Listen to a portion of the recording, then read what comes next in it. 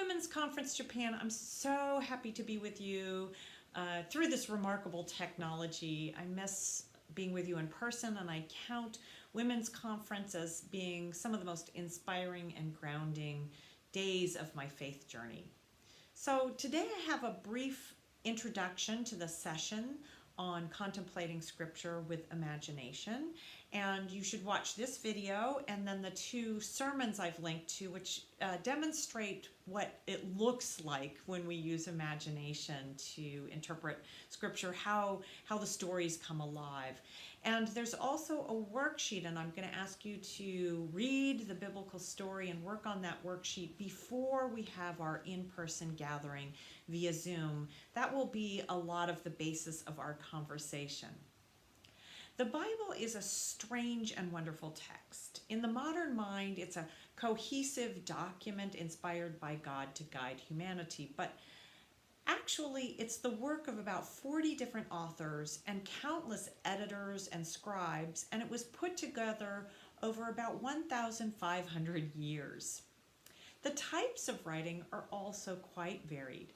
There are genealogies, love poems, quips and wise sayings, the lyrics to songs, story collections, prophecies, letters, and of course the four Gospels, which were attempts to faithfully narrate the events of Jesus' life.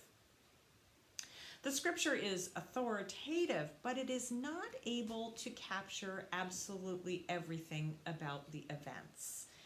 Like any camera angle or any account that a person would tell, it is limited by perspective and by the writer's drive towards his or her main points.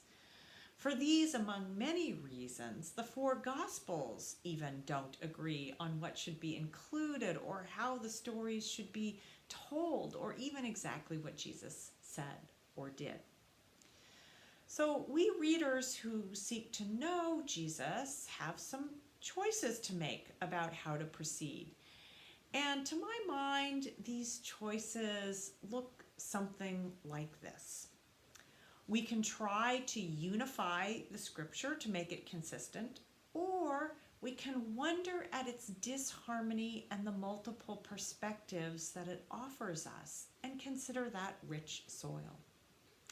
We can keep our eyes only trained on Jesus, or we can wonder about the other people that walked the Bible stories with him, those who were likely around but maybe not included in the narratives.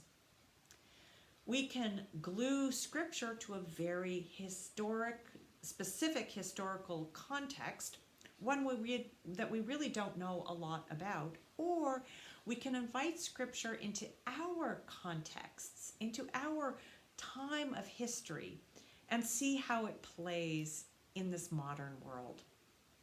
We can be bound to the text, or we can attempt to be faithful to the living Jesus who died in order to live continually into our lives. So how do you get to these more playful, flexible approaches to scripture? By using imagination, by contemplating scripture with imagination, by using the senses.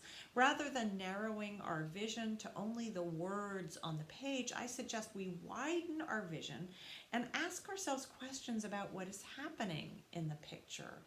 What did it sound like and taste like and feel like and look like? When Jesus was teaching to crowds, what did he look like? What was the expression on his face? Were the crowds on all sides of him or just in front of him? What did Jesus' skin smell like? What did it feel like? Was it smooth or rough? What was the color of his skin? Did the air have scents to it? Breezes perhaps coming off the Sea of Galilee? The smells of fish wafting from a nearby market? What was the odor of illness that people who were longing for healing brought with them as they pushed towards Jesus?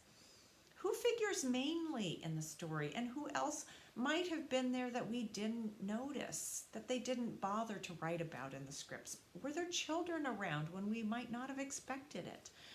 When the crowd threatened to stone the woman caught in adultery, were her children present? How about the man who slept with her? Was her husband present? Her parents?